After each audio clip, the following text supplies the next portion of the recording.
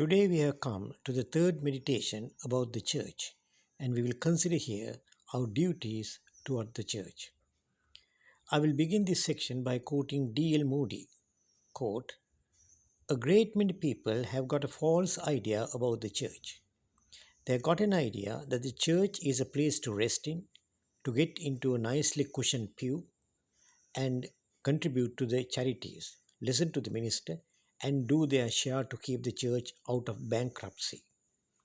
The idea of work for them, actual work in the church, never enters their minds." Unquote.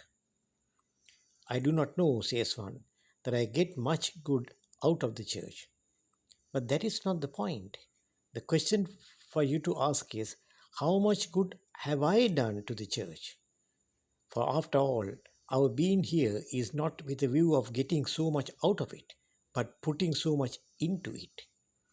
The health and power of the church depend upon the loyalty and faithfulness with which each member plays his part in it.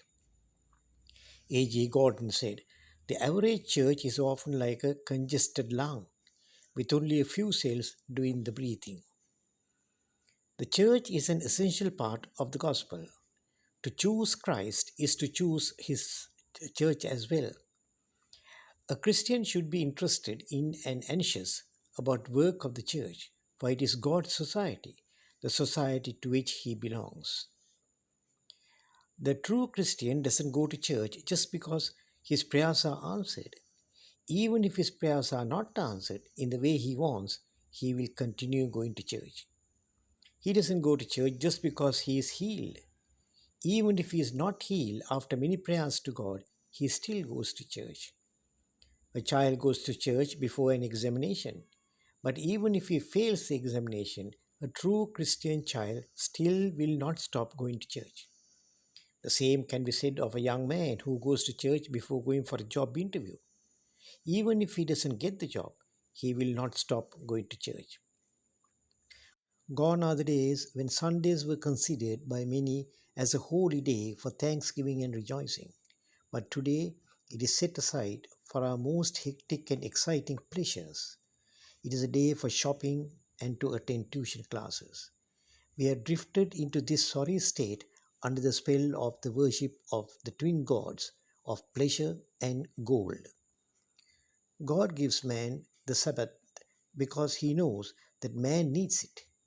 Man can do more work on 6 days than he could do in 7. It is made for the man who toils with his hands and the man who toils with his brain.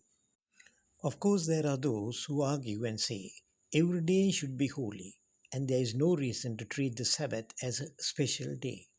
But the truth is that the man who observes the Sabbath is far more likely to observe the other days of the week as holy than the man who does not. There are those who do not go to church and say that every place ought to be considered a holy place. Yet the man who has no special place for worship is very likely not to find a holy place anywhere.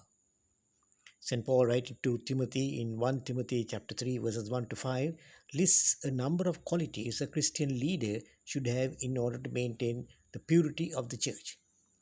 They apply not only to leaders but to all church members like you and me as well.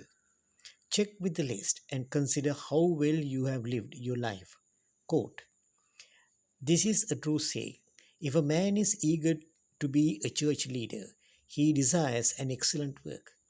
A church leader must be without fault. He must have only one wife, be sober, self-controlled, and orderly. He must welcome strangers in his home. He must be able to teach. He must not be a drunkard or a violent man, but gentle and peaceful. He must not love money. He must be able to manage his own family well and make his children obey him with all respect. For if a man does not know how to manage his own family, how can he take care of the church of God?" Unquote. We will consider in our next meditation further matters with regard to our duties towards the church of God. May God bless you. Amen.